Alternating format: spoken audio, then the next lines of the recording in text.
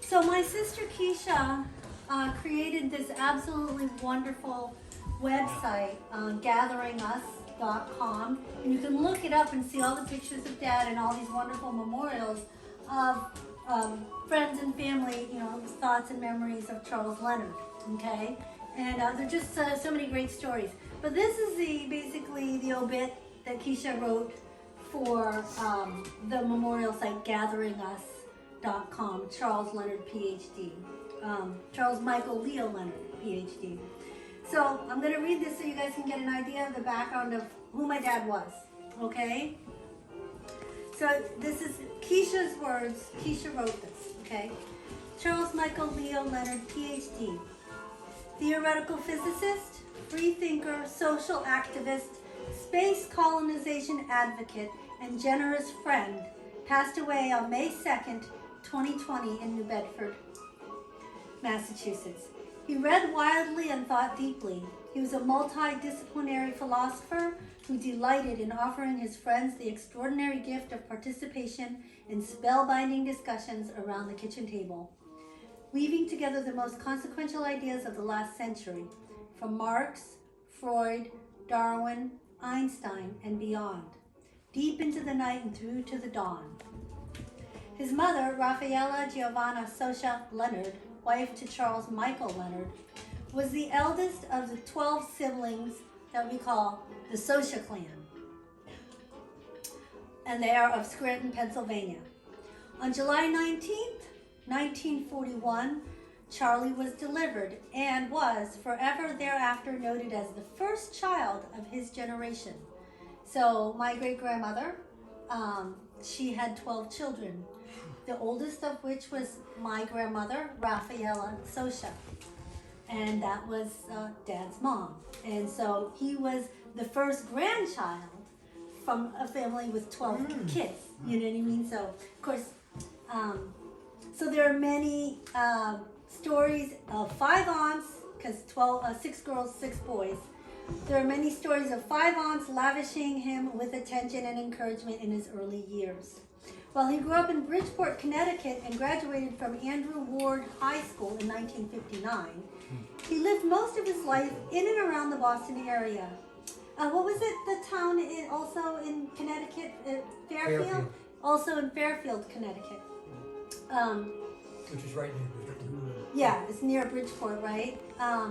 So he lived most of his life in and around the Boston area. He received a BS in physics from the University of Rochester in New York in 1963 and his PhD in physics from Boston University in 1986, where he received an award for Teaching Fellow of the Year. He devoted his working life to independent research in physics, supporting himself with a variety of jobs, everything from teaching at Wentworth Institute of Technology and Boston University to tutoring and consulting in various STEM fields, to a postal worker, security guard, and a social worker.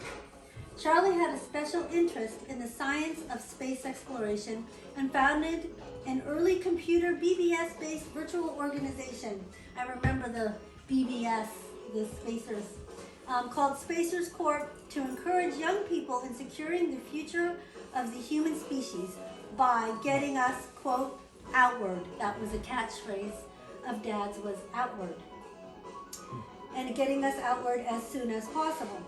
As his brother Tom describes, quote, Charlie long anticipated environmentalism, but with a twist.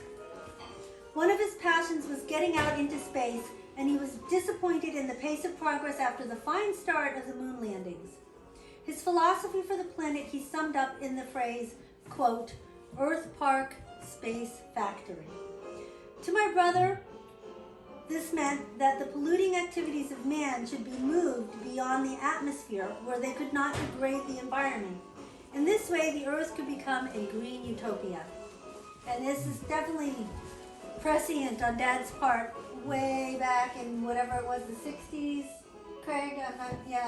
Or maybe before, but that we're destroying the planet, we need to do something. So his sister Muneen Kloffenstein recounts a cross-country bus trip to San Francisco in the early 60s to attend the W.E.B. Du Bois conference. What's Pretty cool.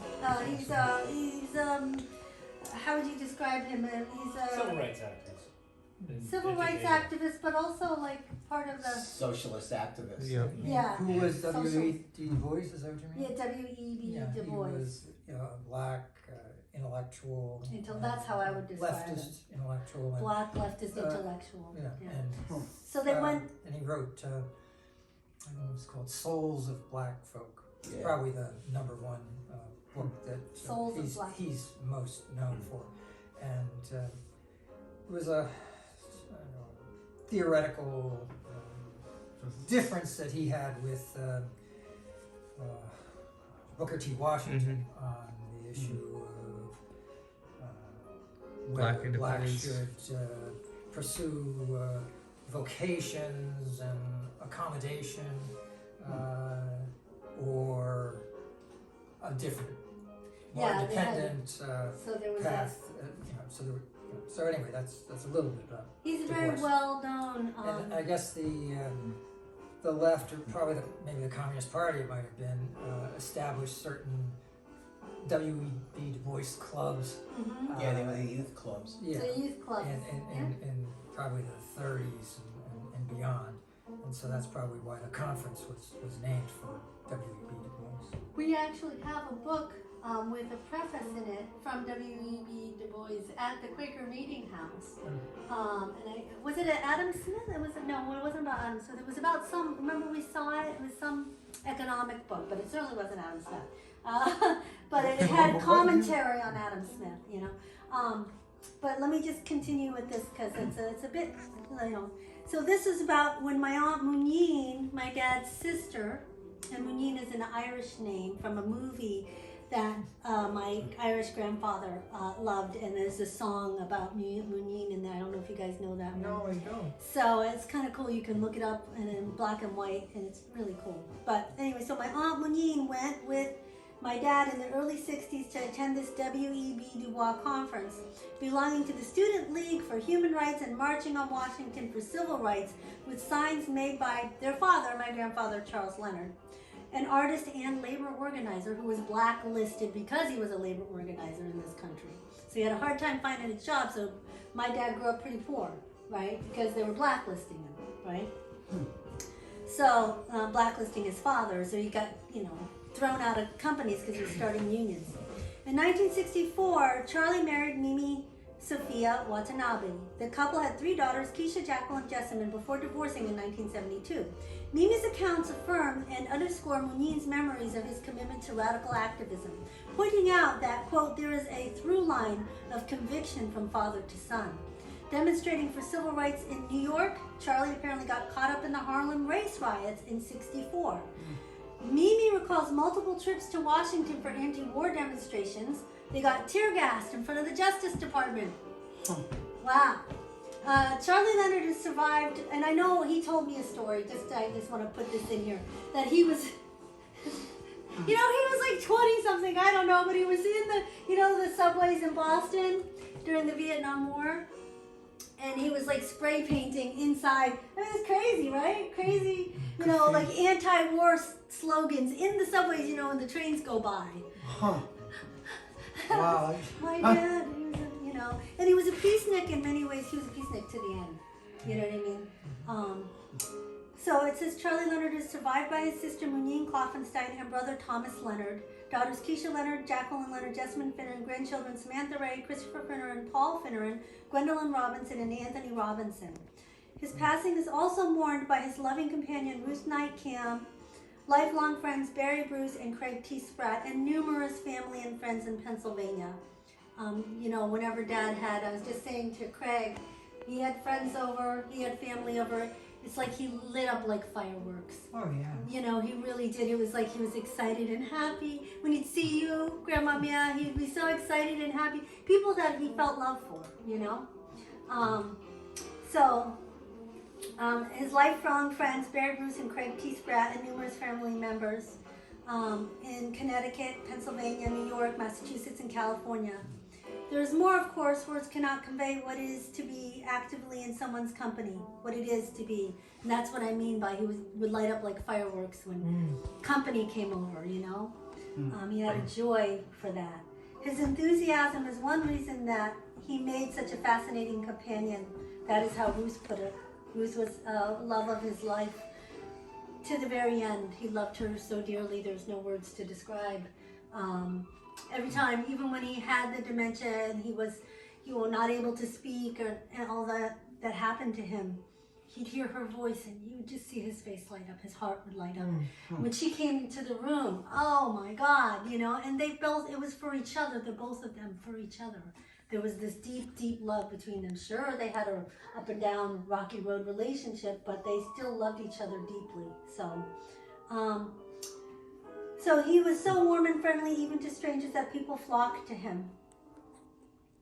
He loved life, theoretical physics, political arguments, abstruse philosophies, biology, and being with friends. Walks in the sun, under the stars. I don't think I've ever laughed as much as I did when I was with him. So that's Ruth saying that, right? Charlie was clearly content being alone with his thoughts. He felt uninterrupted, quiet hours for deep thinking were an exquisite luxury. Yet close friends and family consistently speak of his ever-present accessibility and warmth, his unfailing generosity and intellectual fair-mindedness. No one would deny he had flaws, but the most frequent first adjective people use to describe him are brilliant, fair-minded, principled, and rare. In 2020, the reality is that many of us are sheltering in place. So, you know, we want to outlast the COVID-19, you know, but we just wanted to, his daughters wanted to say thank you all for being a part of his life. Okay, and I think he loved everyone. That's why his motto was love matters. That's what his motto was. Okay. So, okay, that's it. Thank you. Go on the Gathering Us website if you get a chance. What are you gonna put on the? Yeah, thank you, Mom. Thank you.